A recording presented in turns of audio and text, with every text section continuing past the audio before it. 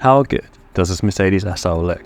The R129 generation was always a handsome car, but in 2024 it's come to represent a lost art.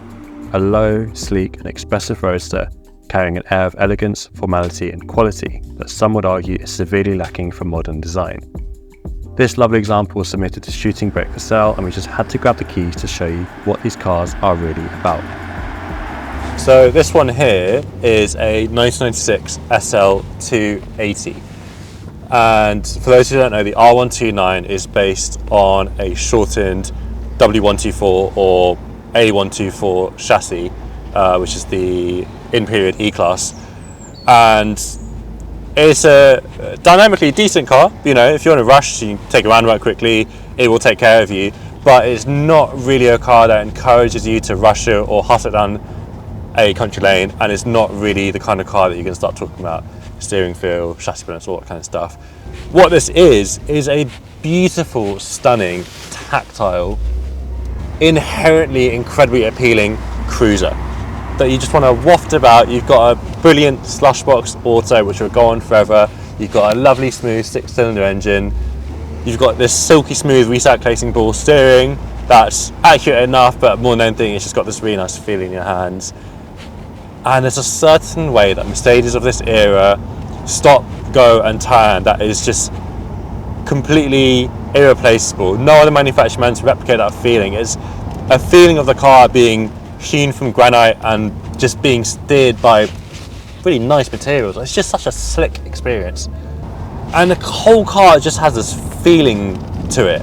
It's the same sort of feeling as wearing a really, really nice summer suit. And you know what? It actually feels wrong testing this car wearing this lovely Shooting Brake jacket. So I'm just going to pop in and put on a more appropriate outfit.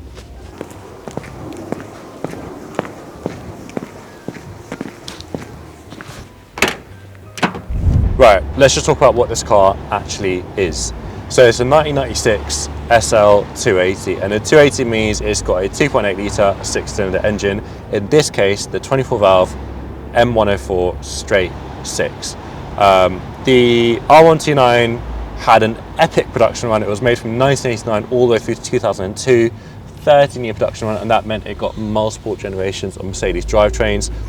So the later SL280 has a single overhead cam V6, which is a very robust engine, but has a bit of gruffness to it. It's not smooth as this lovely, silky, extremely balanced straight 6. And that makes this an absolutely gorgeous powertrain to use every single day. On top of that, we've got a nice 5-speed automatic gearbox with this instead of the 4, which the earlier cars had. The earlier cars also had issues with head gaskets and wiring looms, whereas this, being a slightly later M104, has none of those issues. So what's it actually like to drive? Well, as we alluded to earlier, this isn't some B-road blaster, and we're not going to assess it on that basis. What this is a lovely tactile cruiser, and it's a great way to interact with the world around you. So first off, every single control you touch and use in this is imbued with this deep sense of quality and engineering. And I'm going to start with the indicator stalk. The indicator stalk in older Mercedes does everything from operating indicators to operating the lovely, extremely complex single wiper mechanism on the window, which is just so characterful to use. And the action on it is so satisfying. Just the weighting and the travel and the click that you get and the noise of the relay. It's such a beautiful experience. It just makes you want to use it. And that sets the tone for the rest of the car. Everything from these window switches to the operation of the doors and the HVAC controls. It's just such a great thing to use. It's like a really nice watch. Everything's got the satisfying click to it. It's just a really nice place to be. And that brings us on to the powertrain. And the purpose of the powertrain in this car is not to excite. And even in a 500 or 600, they are not exciting cars to drive. They're satisfying cars to drive. And all that powertrain really needs to do is to get you up to speed in a way that's relaxed and unbothered. And that's exactly what the 280 does. You don't need to use kickdown, you don't need to use full throttle to get this up to 30, 40, 50, 60, 70 miles an hour, which is all you really need to do in one of these. and it gets you up to a speed that's comfortable to cruise with the roof down, and that's about it. And yes, a 500 would be great for cruising on the Autobahn at 120, 130 without much trouble, and it'll give you a lovely V8 rumble. But for half the price on the market, the 280 gives you 90% of the car, and also probably about 50% of the running costs. These are really, really solid engines to run.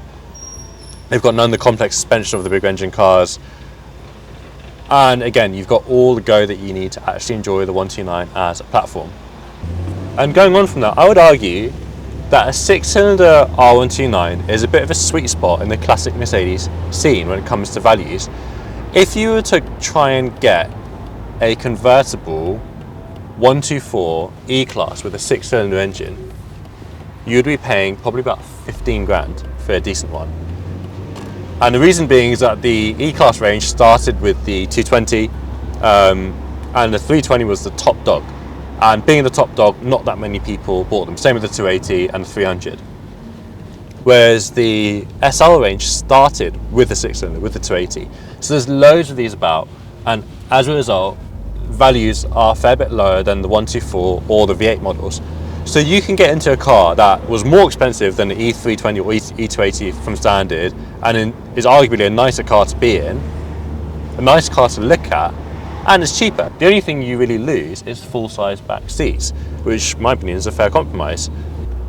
And what you get for your potentially sub 10k 6-cylinder 1990s Bruno Sacco designed Mercedes convertible is the feeling of slipping into a tailored suit. It is such a gorgeous feeling being in this car and just cruising around.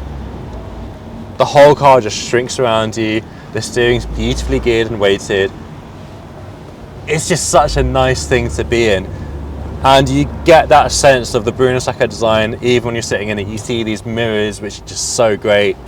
You see the bonnet stretched out ahead of you. You see those squared off haunches in the rearview mirror. You see the impact that this car has on people around you. You know, when shooting this car, we've had people ask to take pictures of it.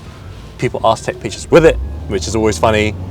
You know, you don't get that in an E-Class, and also you get that just as much in the 280 as you do in the 500 or the 600, which makes this incredible value for money. I just love being in this car, and I love having a convertible in London. I daily do a 330ci auto convertible for 2 years in London, and it just made for such a relaxing commute, such a relaxing day-to-day experience. Now I daily the M4, which is a very angry car, and it's perfectly comfortable around town, but the fact is, if you spend an hour slogging through traffic in that M4, you come home and you're exhausted and you're in a bad mood. Whereas this, even in traffic, even in stop-start traffic or 20 mile an hour, you know, bollard strewn, cycle lane strewn, London, it's a relaxing place to be. It puts a smile on your face. It's perfectly happy and comfortable cruising 20 mile an hour. It actually wants to do it, which makes for such a pleasant change compared to dailying bona fide performance cars. I think this makes a really compelling case for itself. And in my opinion, the R129 SL is one of, if not the best looking convertible ever made. I just absolutely adore it. I think it's a high point for Mercedes, a high point for Bruno Sacco. And I think the only reason why the values aren't absolutely through the roof is because this was such a sales success from new. It had such a long production run because it was such a successful model that they made absolutely loads of them. What it means for you is that you can get into one at an affordable point of purchase, and also it means that running one isn't an absolute pain. You can still get parts for these. There's a massive knowledge base around them.